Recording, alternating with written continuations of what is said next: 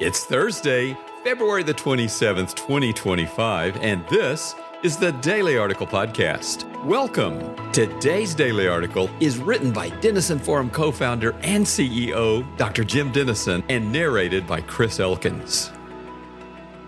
Gene Hackman, the two-time Oscar-winning actor, and his wife, classical pianist Betsy Arakawa, were found dead yesterday afternoon in their New Mexico home. Santa Fe County Sheriff Adon Mendoza reported just after midnight Thursday that the couple had died along with their dog. He said there was no immediate indication of foul play, though he did not provide a cause of death or say when the couple might have died. Celebrities make the news daily. It can be tragic news, such as the death of actress Michelle Trachtenberg at the age of 39.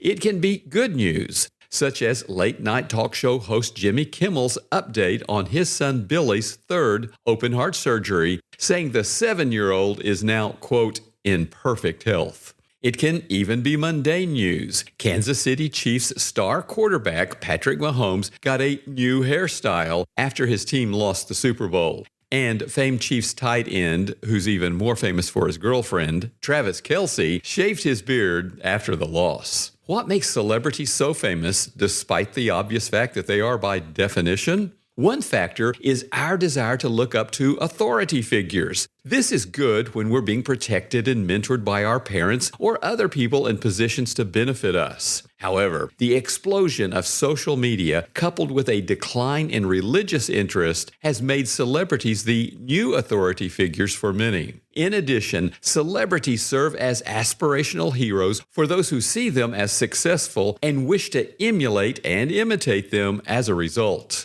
And there's a bit of escapism in celebrity culture today. Following their lives can relieve the monotony and stress of our own. And by now, you're perhaps wondering what any of this has to do with an article that is supposed to discuss cultural issues in the context of spiritual truth. For the answer, let's turn to good news on spirituality that may not be as good as it seems. Pew Research Center has just published a study that is generating headlines today titled "Decline of Christianity in the U.S. Has Slowed, May Have Leveled Off." It reports the Christian share of the U.S. population has stabilized after years of decline, actually increasing from 62% to 63%, although down from 2007's 79%. In addition, large majorities of us say we have a spiritual or supernatural outlook on the world. Quoting from the Pew Research Center report, 86% believe that people have a soul or spirit in addition to their physical body. 83% believe in God or a universal spirit. 79% believe there is something spiritual beyond the natural world, even if we can't see it. And 70% believe in an afterlife, heaven, hell, or both. Here's what bothers me. Many quote-unquote spiritual Americans treat God like another celebrity. We view him as an authority figure and see Jesus as an aspirational hero we want to emulate. But all of this spirituality is on our terms. No one forces us to go to movies or otherwise pay attention to the celebrities of our day. We do so only when we think doing so will be to our benefit. It is much the same for much of American Christianity. We separate the spiritual from the secular and religion from the, quote, real world. We are spiritual to the degree that spirituality benefits us and not when it doesn't. In a day when only 22% of Americans are satisfied with our nation's moral and ethical climate, how's this working for us?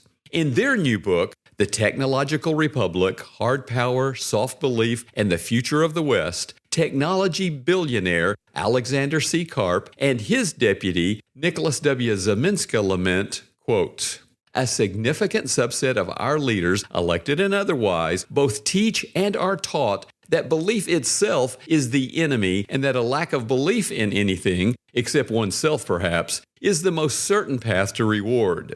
The result is a culture in which those responsible for making our most consequential decisions in any number of public domains, including government, industry, and academia, are often unsure of what their own beliefs are, or more fundamentally, if they have any firm or authentic beliefs at all." End quote. They warn that this abandonment of belief has left us unable to confront issues with moral clarity. Karp and Zamiska trace our secularism to Sigmund Freud's depreciation of religion, and especially to those in elite universities who have conflated belief in objective truth with colonial oppression. They particularly cite Edward Said's very influential 1978 book titled Orientalism. Then, Karp and Zamiska show that communal commitment to the common good has been replaced by what Michael Sandel of Harvard describes as market triumphalism.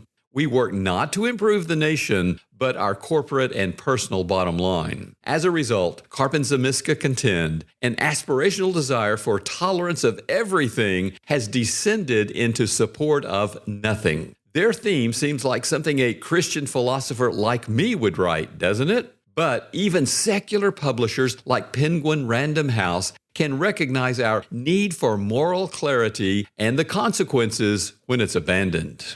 Spirituality on our terms is not enough. Treating God like a celebrity we can follow as we wish is not enough. What every human soul needs is the relationship for which we were created, a relationship with the God who created us. Nothing less than intimacy with the living Lord Jesus can transform us into the Christ-like people our fallen society needs us to be. In words that serve as a thoughtful critique of our celebrity culture, the British writer Nick Hornby noted, "It's not what you like, but what you are like that is important." I would amend his assertion to read, "It's who you are like that's important." For example, from Acts 4, verse 13, when they saw the boldness of Peter and John, they were astonished, and they recognized that they had been with Jesus.